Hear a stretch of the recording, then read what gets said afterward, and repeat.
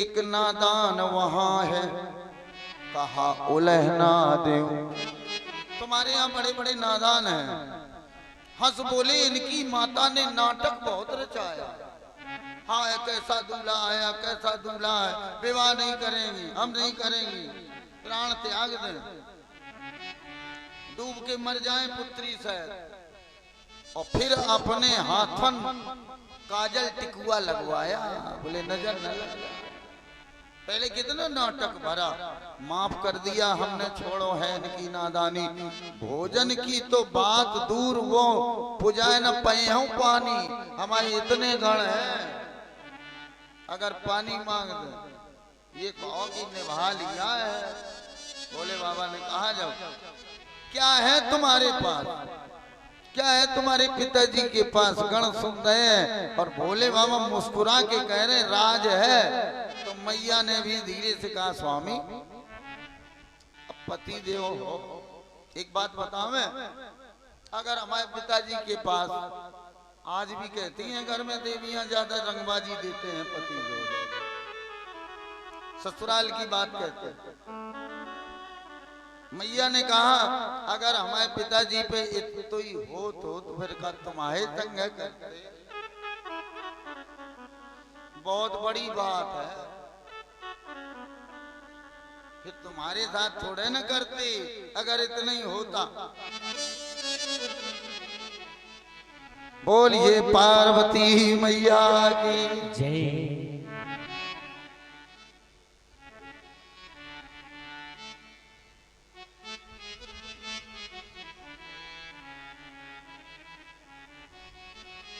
देवों के साथ विष्णु भगवान फिर कैलाश पर्वत पर देवों की प्रार्थना के कारण पहुंच गए। शिव शिवा को ना देख करके गणों से पूछा। शिव गणों ने कहा पार्वती माँ के मंदिर में बहुत काल से शिवजी निवास कर रहे हैं। रुरोदाति हरिस्तत्र तारकार्तई मुनीश्वर दुख कोलाहलस्तत्र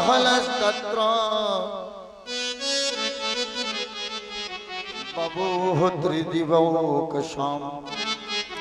तारक का दुख कहते कहते विष्णु भगवान के आंसू, आंखों में आंसू आ गए। हे गणों, देवताओं की रक्षा कौन कर सकता है, हम में भी क्षमता नहीं है। देवों का कोलाहल हुआ, शिव स्तुति आरंभ की। देवताओं ने स्तुति को जैसे ही सुना, महादेव ने देवी से कहा हमें लगता कोई है। देवी मैया ने कहा रुको। आजगाम गृह द्वारी स्वराणाम निकटम शिवः। घर के द्वारे पर देवताओं के निकट शिवजी आ गए। शिवजी ने कहा हे विष्णु, हे विधाता, जो होना होता है उसे कोई रोक नहीं सकता। इस चौपाई को जानेंगे कहां से। भावी उमेट सकई त्रिपुरारी।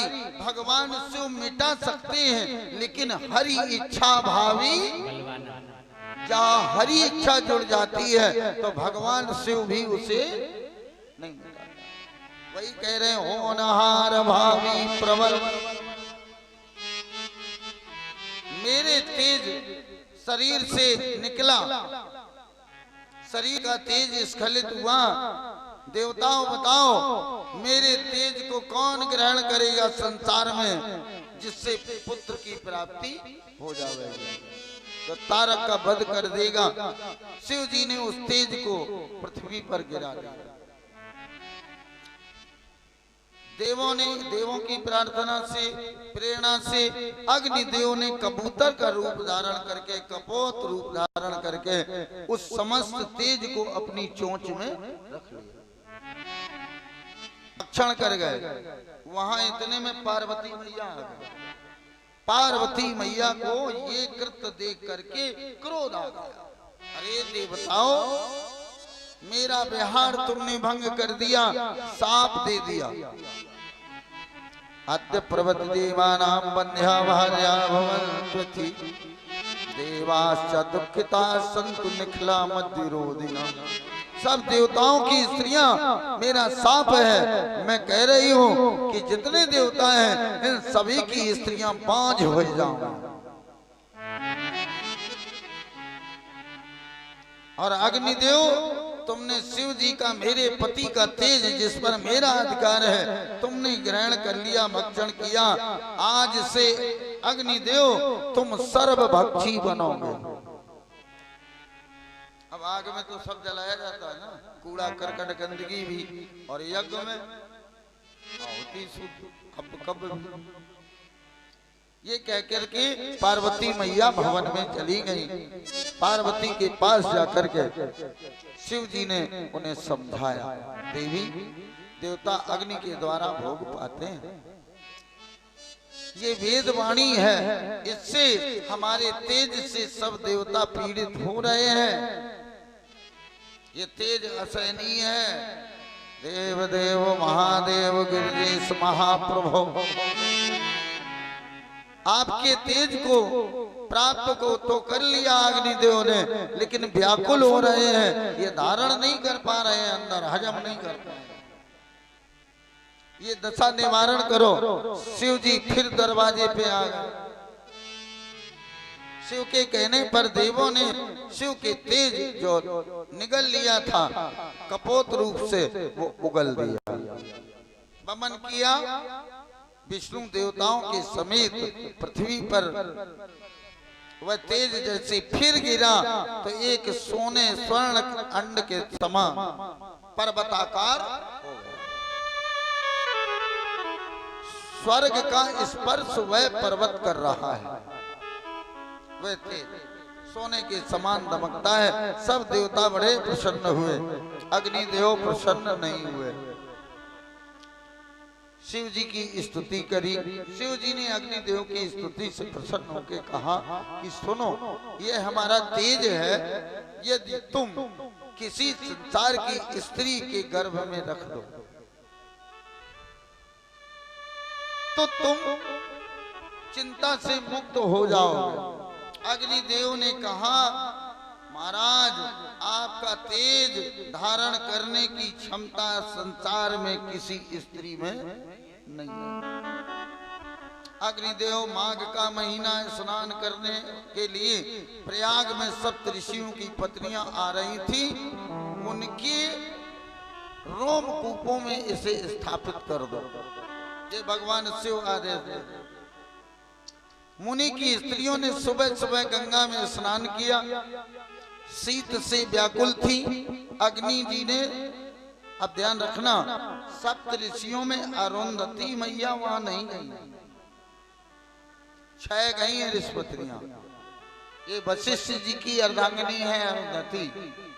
जहां भी कथा सुनेंगे, श्री कृष्ण भगवान ने श्रीमद् भागवत में वर्णन आया, ऋषियों को ज्ञान दिया है, ऋषिपत्नियां गई हैं, भोजन दिया, श्री कृष्ण भगवान को प्रणाम किया, लेकिन अरुंधति मैया नहीं गई। क्यों नहीं गई? क्योंकि भगवान जब जब धरती पर अवतार आए हैं, अरुंधति मैया को मां कह के प्रणाम किया है भगवान। अन्य ऋषियों की पत्नियों ने उन्हें प्रणाम किया, और भगवान हमेशा अरुंधति मैया को प्रणाम। उसका एक कारण है, उन्हें तो पता है जब भी धरती पर अवतार हुआ तो भगवान के कुलगुरु कौन रहे? वशिष्ठ जी। और दूसरा गोत्र द्वापर में यही वशिष्ठ जी, गर्गाचार्य जी। तो यही दो चौबेना ऐसे हैं, ये वहीं से है गोत्र, जो भगवान के गुरु होने का सौभाग्य प्राप्त रहा। अन्य ऋषियों को भगवान के गुरु होने का कोई अवसर नहीं मिला। इसको अन्यथा न ले जाएं, जाति में न बांध लें। इसलिए जो जहां भी चौबे कुल होगा वो अलग होगा, थोड़ा बिल्कुल अलग होगा, शांत चित्त होंगे। नारद जी को बता रहे हैं। और वही किया गया। जैसे स्नान किया तो कश्यप की पत्नी अदिति गई है, अत्रि की पत्नी अनुसुईया गई है, वशिष्ठ जी की पत्नी अरुंधति नहीं गई, गौतम की पत्नी अहिल्या गई है, जमदग्नि की रेणुका गई, विश्वामित्र की पत्नी हेमवती गई, भरद्वाज की पत्नी का नाम है पैठनसी, ये भी गई।